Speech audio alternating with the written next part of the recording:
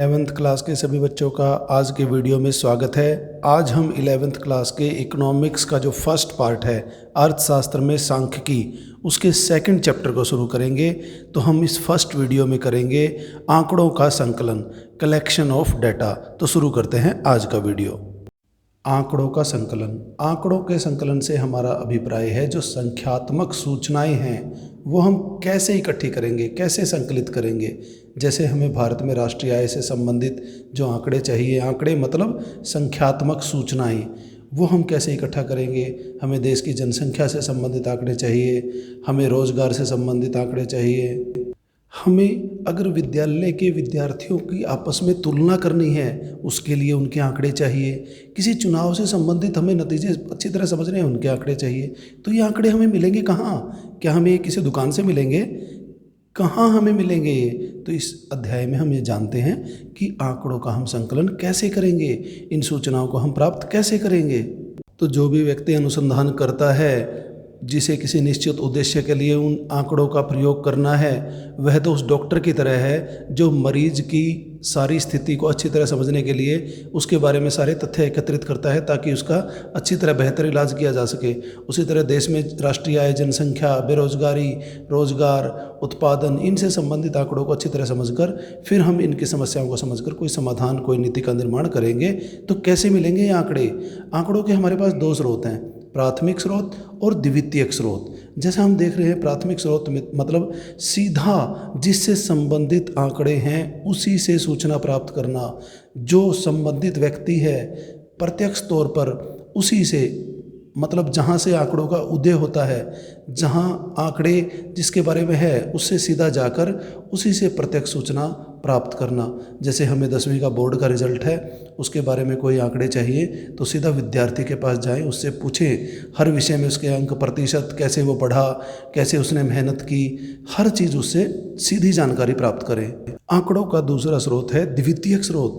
द्वितीयक स्रोत मतलब किसी अन्य उस संबंधित व्यक्ति के बजाय किसी संस्था से, किसी एजेंसी से, किसी अन्य सोर्स से, किसी अन्य तरीके से आंकड़े संकलित करना। जैसे मान लीजिए हमें विद्यार्थी के रिजल्ट से संबंधित आंकड़े चाहिए तो हम जिला शिक्षा अधिकारी कार्यालय से प्राप्त करें, या फिर अन्य स्कूल के जो कार्यालय है उससे प्राप्त करें, या फिर किसी बोर्ड की साइट में प्रकाशित जो आंकड़े हैं वहाँ से प्राप्त करें। तो द्वितीयक स्रोत मतलब उस व्यक्ति जिससे संबंधित आंकड़े हैं उससे ना प्राप्त कर कर किसी अन्य स्रोत से प्राप्त करना।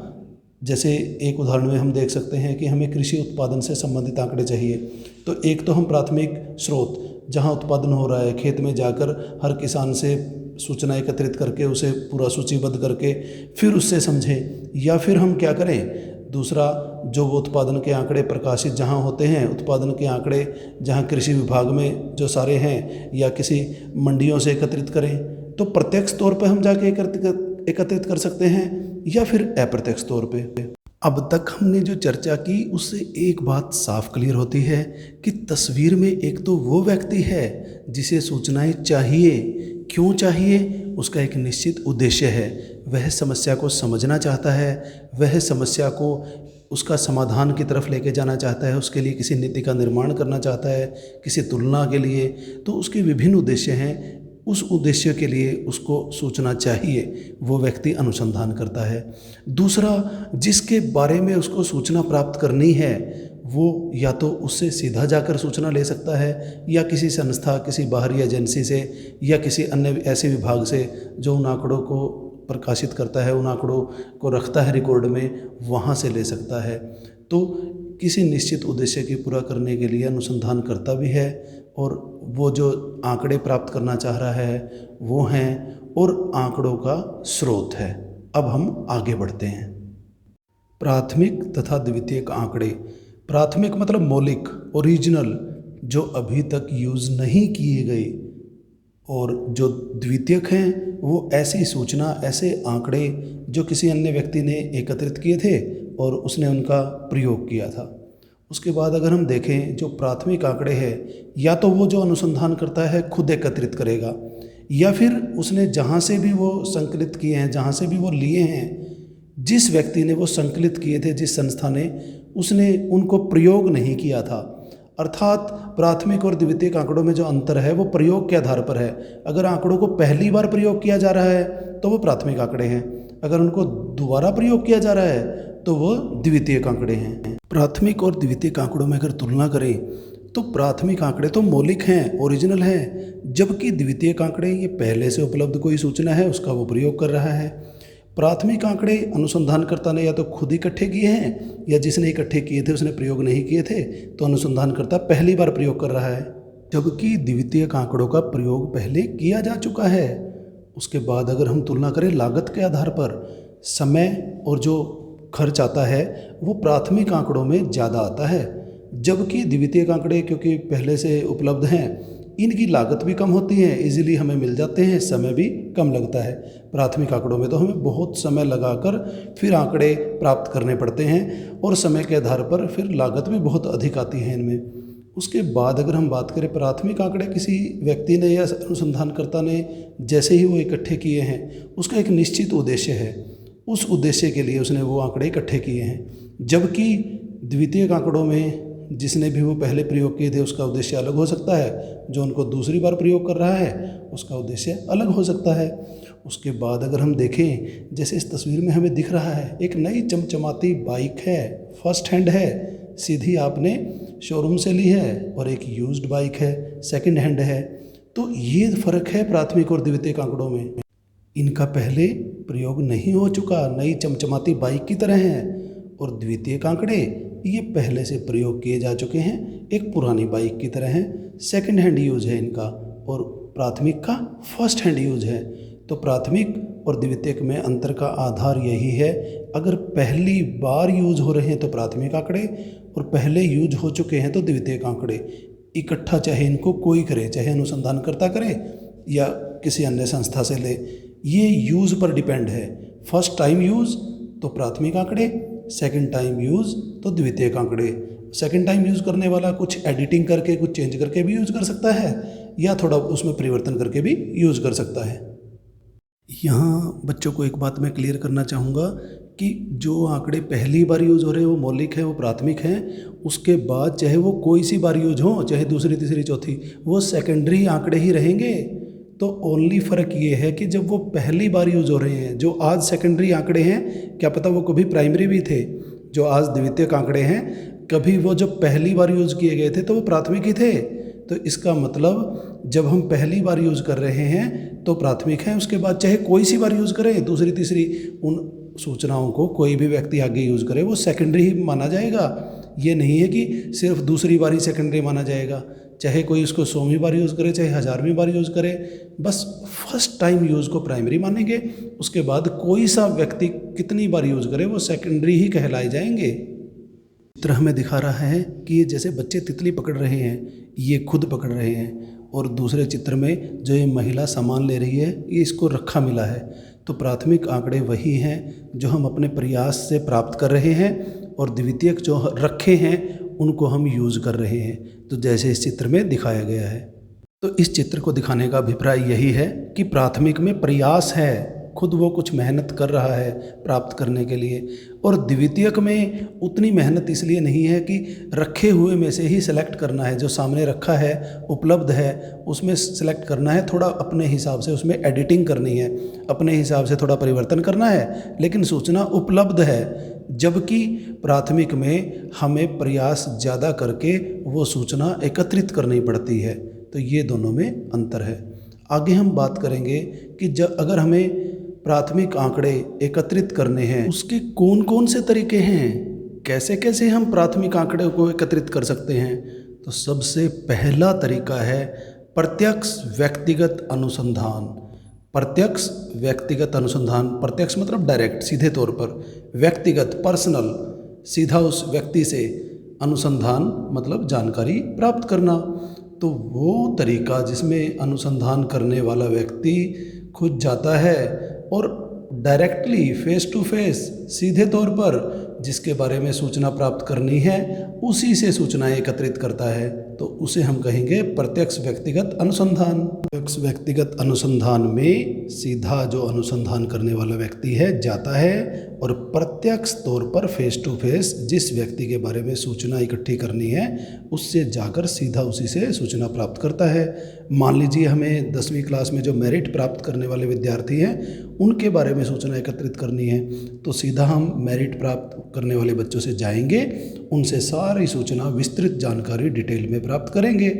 तो ये विधि ऐसी जगह हम प्रयोग कर सकते हैं बस जहाँ पर हमें जिनसे सूचना प्राप्त करनी है वो थोड़े से व्यक्ति हों, अर्थात अनुसंधान का क्षेत्र सीमित हो, थोड़े से व्यक्तियों से ही जानकारी प्राप्त करनी है।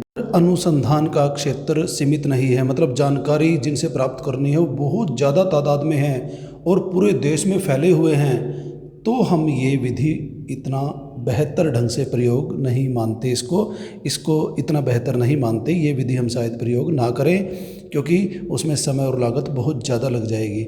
हाँ, बहुत सारे इस विधि के फ़ायदे भी हैं। अगर क्षेत्र सीमित हो, थोड़े से लोगों से बात करनी है और वो एक थोड़े से क्षेत्र में ही फैले हैं तो बहुत बेहतर सूचना हमें मिल जाएगी और कई ढंग से ये उपयुक्त है। एक तो इसमें मौलिकता बहुत रहेगी, गुप्त सूचना भी रख सकते हैं हम, शुद्ध भी ज़्यादा रहेगी और सीधा संपर्क करने से उस व्यक्ति से पूरी विस्तार से जानकारी मिल जाएगी, ओरिजिनल, बीच में कोई किसी तरह का कम्युनिकेशन गैप नहीं रहेगा।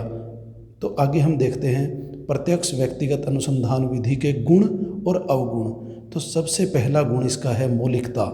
जैसे चित्र में आप देख रहे हैं, हम सीधा या तो हमने अपने घर में ही भैंस पाल रखी है और उसका दूध प्राप्त कर रहे हैं, उसकी हमें गारंटी है कि वो ओरिजिनल है, मौलिक है। और अगर हम दुकान से लेकर आते हैं या कहीं और से ख़रीदते हैं तो उसकी हमें कोई गारंटी नहीं है।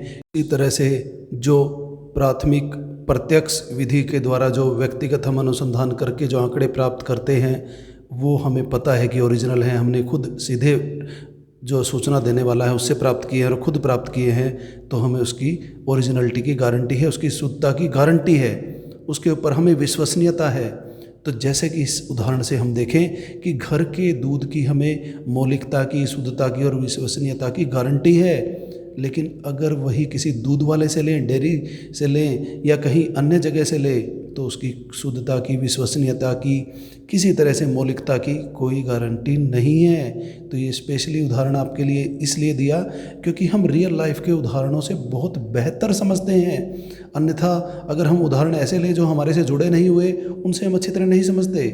इसी तरह अगर हम देखें तो जो आंकड़े अनुसंधान करता वो खुद प्राप्त कर रहा है, उसका एक और गुण है और वो है विस्तृत जानकारी, डिटेल्ड इन्फॉर्मेशन।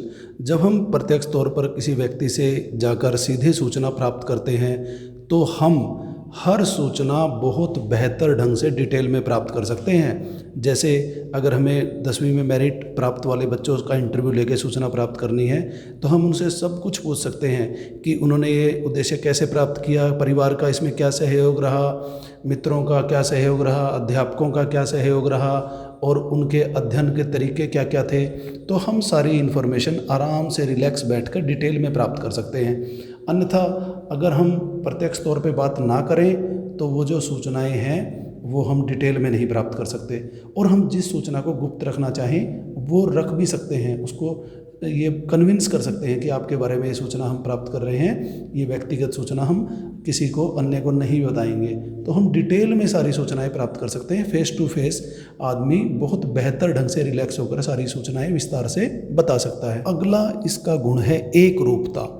एक रूपता मतलब क्योंकि एक ही व्यक्ति सूचना एकत्रित कर रहा है तो वो जो सूचना एकत्रित करेगा उनमें एक रूपता बनी रहेगी। जैसे आपने 11th की बुक परचेज की तो ये NCERT द्वारा प्रकाशित है, तो चाहे आप किसी भी दुकान से लें आपको बिल्कुल समरूप मिलेगी, वो बुक एक जैसी मिलेगी। जैसे आप एक कंपनी की 2 मोटरसाइकिल लेते हैं तो आपको बिल्कुल एक रूप मिलेगी। ये नहीं है कि एक एजेंसी से लेंगे तो अलग, दूसरी से लेंगे तो अलग। तो जैसे सांख्यिकी ये दोनों किताबें बिल्कुल समरूप हैं। तो क्यों है? क्योंकि जो इनका स्रोत है प्रकाशित करने का वो एक ही है। तो एक ही व्यक्ति जब सूचना प्राप्त कर रहा है तो यूनिफॉर्मिटी बनी रहेगी, एक रूपता बनी रहेगी, एक रूप बने रहेंगे, कोई उनमें विभिन्नता नहीं आएगी, कोई वेरिएशन नहीं आएगा, कोई अंतर नहीं आएगा। तो आगे हम देखते हैं प्रत्यक्ष व्यक्तिगत अनुसंधान करने का जो सबसे एक और बड़ा फ़ायदा है वो है लोचशीलता। लोचशीलता मतलब जब सामने बैठा है कोई व्यक्ति, हम उससे सूचना प्राप्त कर रहे हैं, तो हम जो सूचना सोच के आए थे जो हम उसमें परिवर्तन कर सकते हैं। क्या पता हम वो प्रश्न उससे ज़्यादा डिटेल से भी पूछ सकते हैं या हम कम भी देख सकते हैं। जैसे मूड देख के, जैसे हम अपने मम्मी पापा से मूड देख के बात करते हैं ना, गुस्से का मूड है तो क्या पता वो बात ना करे जो हम डिमांड करना चाहते हैं, अच्छा मूड देख के क्या पता ज़्यादा भी मांग ले। तो इसी तरह से जब प्रत्यक्ष व्यक्तिगत अनुसंधान है, दोनों बैठ के आराम से बात कर रहे हैं, तो वो जो सूचना प्राप्त कर रहा है वो सामने वाले का मूड देखकर और भी ज़्यादा डिटेल में सूचना ले सकता है। और फ्लेक्सिबिलिटी मतलब लोचशीलता, जो सोच के आया है उसमें थोड़ा परिवर्तन कर सकता है क्योंकि वो सामने बैठा है, आराम से बैठ के बातें हो रही है। तो लोचशीलता का मतलब कि जो फ्लेक्सिबिलिटी है, जो उसने सोचा है उसमें थोड़ा सा परिवर्तन कर सकता है, वो और डिटेल में सूचना प्राप्त कर सकता है, या मूड देख के कोई ऐसा सवाल पूछ सकता है जो वैसे आमतौर पे हम नहीं पूछते, या कुछ क्वेश्चन, कुछ सवाल अवॉइड भी कर सकता है। आगे हम देखते हैं प्रत्यक्ष व्यक्तिगत अनुसंधान के अवगुण। तो जैसे सिक्के के दोनों पहलू होते हैं, कॉइन की दोनों साइड, तो गुण भी होंगे इसके, अवगुण भी होंगे। तो इसका सबसे बड़ा जो अवगुण है वो ये है कि जब अध्ययन का क्षेत्र बहुत बड़ा है, अगर हमें कोई सूचना अपने शहर के स्तर पर, लोकल लेवल पर, गांव स्तर पर प्राप्त करनी है, फिर तो ये संभव है कि हम प्रत्यक्ष तौर पर जाके उन व्यक्तियों से मिलें, समय लें और फिर अनुसंधान करें, सूचना इकट्ठी करें।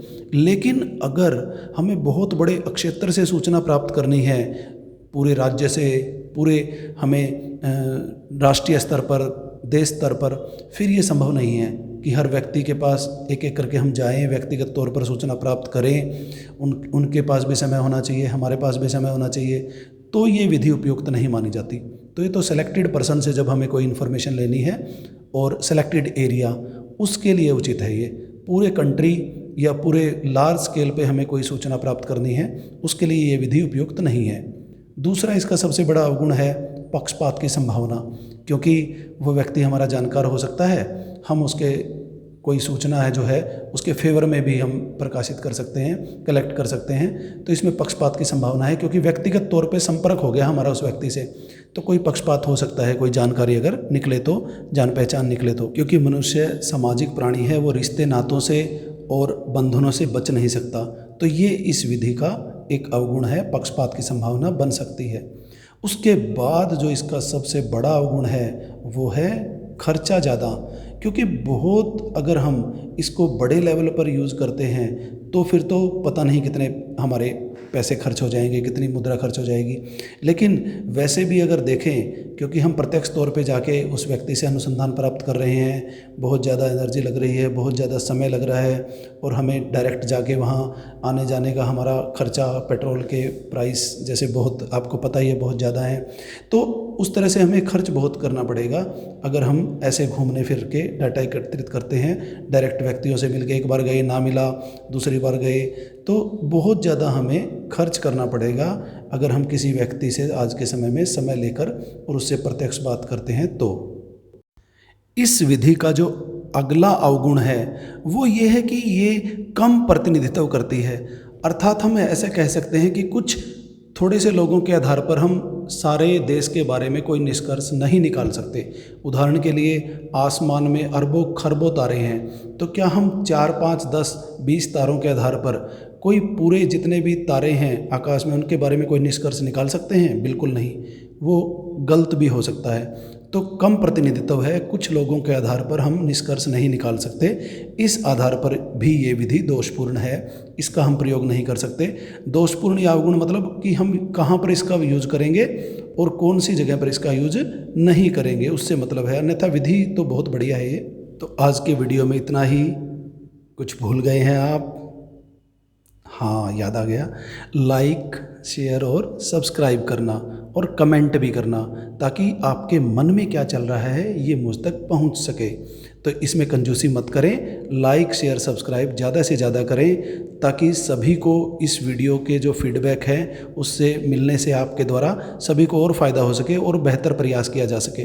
तो उम्मीद है आप ज़्यादा से ज़्यादा लाइक भी करेंगे, शेयर भी करेंगे, सब्सक्राइब भी करेंगे और कमेंट्स भी करेंगे, और जो भी आपके मन में चल रहा है वो हमारे तक ज़रूर पहुँचाएँगे।